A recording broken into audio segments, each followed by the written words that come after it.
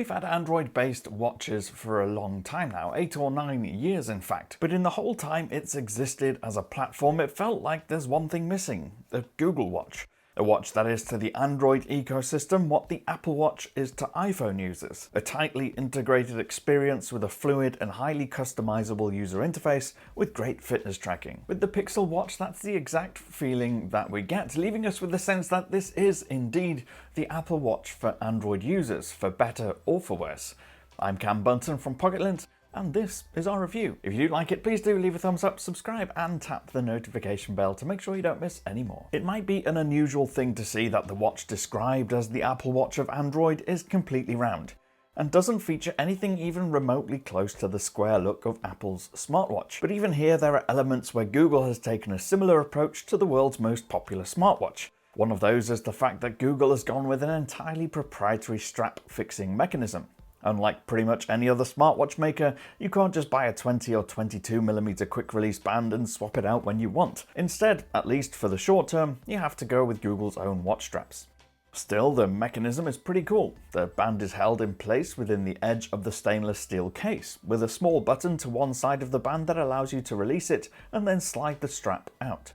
The advantage of this method is that you get a really sleek, seamless look and a close fit. With the silicone band that ships with the watch as standard, the fit around the wrist is really close, and you don't get those big gaps that you sometimes get with the lug strap designs. We're looking at you, Galaxy Watch 5. Google is launching the watch with a number of additional bands, styles, and materials though. There are chunky leather options for people who like those, the standard silicone bands, woven bands, and a one-piece stretch band. And those bands are all comfortably under the £100 price point. And the case of the watch itself is a really nice example of how to build a great looking round watch. There are no flat lines or straight edges anywhere, everything is rounded or curved. The black glass dome rounds down the edges, seamlessly joining with the stainless steel case, which then continues the curve down to the rounded underside, which features the optical sensors for all your health metrics. Now, we were going to complain about the placement of the buttons when we first saw the watch, chiefly because the rotating crown or button sits right in the middle, on the part of the curve that would be closest to the back of your hand were it to bend backwards, and then inevitably press that button. With watches that have this button design that we've used in the past, this has been our problem, either launching Google Assistant or stopping a workout mid-flow. But Google has designed this watch to be worn in any orientation on either wrist.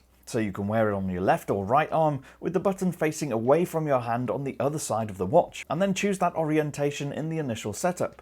The interface then rotates to be the correct way up, problem solved. As well as that rotating crown, which can be used to scroll through lists, threads, and virtually any other part of the software that you can swipe up and down through, there's a single clickable button. A single press takes you to recent apps, and a long press launches the assistant. Our only real criticism with the design is the size, or rather the lack of options in size. Pixel Watch comes in 41mm only, and for a lot of people that's going to be a great size because smartwatches are generally usually too big for those who have smaller, skinnier arms. But we'd love to see a larger 43 or 44mm option because on my wrist it looks just a tiny bit too small. I'm personally used to wearing watches with a 44 or 46mm case. But then this watch isn't just about me. Now, in the smartphone world, Google uses its Pixel platform to show the best of what it's got in terms of software, free from the third-party manufacturer skins that can sometimes tarnish the experience. And the same is true with the Pixel Watch. Unlike the Samsung Galaxy Watch 5 or Watch 4 series, the Pixel Watch is free of the Samsung elements, and I like it a lot. It feels like a finally moment that the stock Wear OS watch faces are now customizable to a level similar to what you'd find on Apple's Watch OS. That means you can customize the accent color with a plethora of hues available, as well as the change in index style and complications. You're not just stuck with a watch face that only lets you change what data appears in those little complication windows. A lot of those pre-installed watch faces also take full advantage of the fact that the black glass and the bezel around the actual display area blend into each other. So for a lot of them, you can't tell where the display ends and the bezel begins. It's a good thing too because it disguises the fact that the 1.2-inch panel is on the small side compared to a lot of other smartwatches. Still, it's a sharp display, and being 1000 nit peak brightness AMOLED screen means it's really easy to read in any condition. Another nice touch is something you can't see, and that's haptics and alerts. When you have a notification come through, you get a subtle tap on the wrist rather than a buzzy, gross vibration. And this is met with some cute, subtle sounds to alert you to a new message. It's not a loud, attention-hogging system, although we'd quite like the ability to adjust the haptic vibration strength to make it a tad stronger. Otherwise, it's got everything you need. Once set up, you can load up contactless card payments on your wrist by double-pressing the crown, and you can pair earphones and listen to music. And you can use it to track your workouts and activities. And one of Google's biggest weaknesses with previous versions of Wear OS was the fitness and health element. Google Fit, for whatever reason, seemed lacking in investment and not as fully featured as efforts from rivals like Samsung Health or even Huawei Health. So when it bought Fitbit, the natural assumption was it would bring Fitbit's platform to Wear OS. And with the Pixel Watch, that's exactly what happened. The watch, of course, measures all the usual health and fitness metrics. It has sensors for all of it, whether that be all-day heart rate, sleep tracking, step counting, breathing rate, and all the rest of it. What we like, however, is the way Fitbit organizes that data in the app home screen to make it really easy to understand. It's well organized and pretty foolproof. After waking up, once the watch has realized that you've stopped sleeping, you can open the Fitbit app and see a breakdown of last night's sleep right on that first screen without having to go digging anywhere. From a workout perspective, it's pretty reliable too. We tested it alongside the Garmin Epix 2 on a couple of workouts, testing GPS and heart rate intensity. For the most part, it matched the Garmin pretty well. Measuring virtually exactly the same distance, plus or minus a few meters. Heart rate was similar too, measuring the same peak heart rate, but with a slightly higher average calculated average. This in turn led to Fitbit calculating that we'd burnt a few more calories, but there wasn't much in this. Those who like to track high-intensity workouts will be better off looking elsewhere though, because I found it would struggle with the quick change in HR and take about 6 or 7 minutes to catch up and show an accurate reading. If you're only doing about 20 or 25 minutes, that means the first chunk of time is going to be inaccurate, and the end intensity calculations are going to be way off. So there's still work to be done here. Now, when a smartwatch, a small one no less, has a great display and a feature-rich, fluid interface, you can almost take it for granted that the battery life isn't going to be the strongest.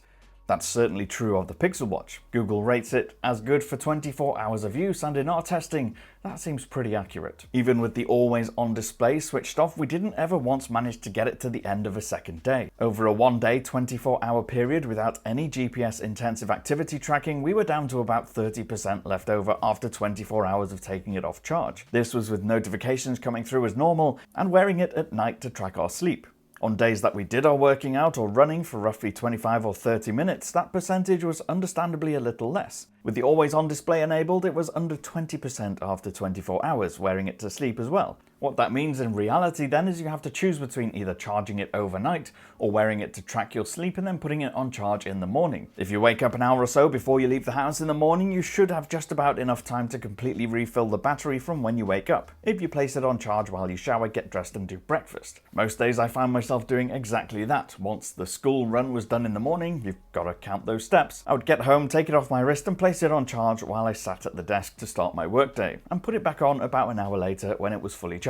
Now in the end, as a smartwatch, the Pixel Watch does a lot of good things. You get pretty much everything you need from a wrist-worn gadget. There's contactless payments, great fitness tracking, interaction with notifications and messages, and downloadable third-party apps, and crucially, watch faces that you can properly customize. We don't have many complaints. Of course, the battery life isn't great. With its one-day battery, it's not really setting any records. Our only other negative, apart from the HIIT training failures, was the fact that the watch is slightly too small for my wrist, but for a lot of people, again, that's not a problem because it will be a perfect size. So for the most part then, it really does deliver on that experience of being a top smartwatch for Android users, and one that I really enjoyed using. Let me know what you think of the Pixel Watch in the comments down below, or grab me on Twitter, I'm at Cam Bunton. If you did like this video, please do leave a thumbs up, subscribe, and tap the notification bell to make sure you don't miss any more of our uploads. And I'll see you again in the next one.